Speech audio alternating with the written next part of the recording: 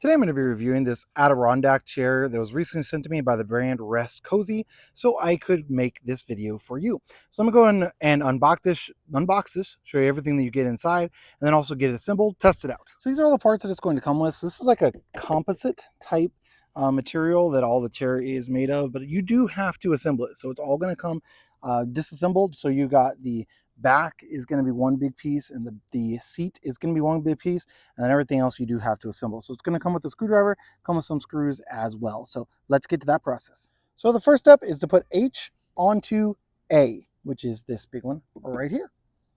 Next step is to connect C on one side and D on the other side using these bolts that are going to be labeled L. At least they're supposed to be. There was no sticker on mine, but it was the only bolt that wasn't used, so it had to be those. Next step is you're going to connect I to the front. What I typically will do is on these are going to be actual like screws, and so I will put them through a hair with my regular screwdriver, and then I'll use the drill to put them all the way in. Now the next step is you're going to be putting this E, so both these sides are E, and you're going to make sure that you have to slant them the correct direction. So at the top there should be a hole. Make sure you have that part there. So your hole should be up at the top, just so that way you get the correct length. And then you want it slanted where the top is pointed in, as you can see here on the directions, pointed in towards these two that are going to be on the front. So it's important to make sure that you get this slanted the correct direction. Next step, you're going to put in, so these two screws that are with the pointed head, into J, which is this little piece, since it's going to be the bottom of the cup holder on this side. Next step is going to be to put on the arms. So for this, you're going to have F is going to be the side with the cup holder, and then G is the other side. They do say to screw them in from the inside. Also, I wanted to point out this is supposed to be L on this specific side, and then it's supposed to be M here. These sides aren't marked, but I have 3 M's left. So I assume this one, and this one are all supposed to be M, even though it's not marked on the instructions. So the next step is the arms.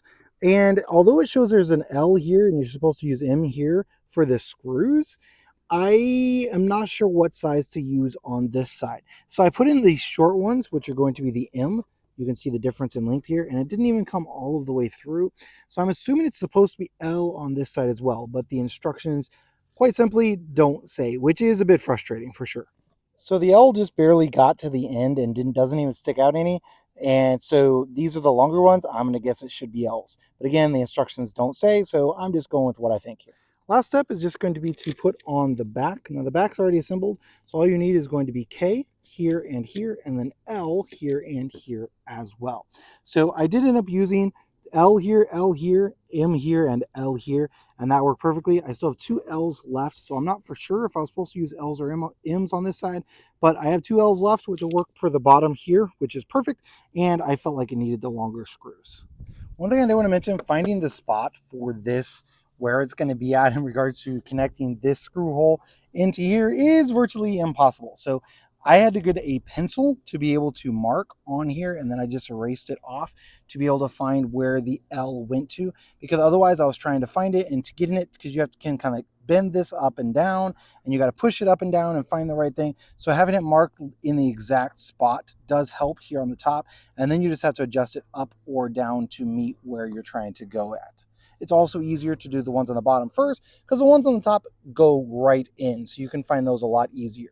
So as you can see, really nice looking chair. It will be great when out fishing, or when you're just out by the water as the sun sets, whatever the case might be.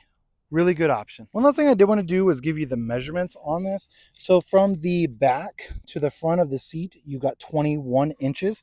Actual width on this as well. So let me grab that. In between these pieces here, so that's going to be where you sit, that's going to be 20 inches wide. And then from the back of the seats, this is going to be from where you're seated to the top. This is going to be the middle-ish, so you're going to be about 29 inches. So overall, definitely a really, really nice looking chair, and also is just really nice to sit on just because of the angle and the large tall back.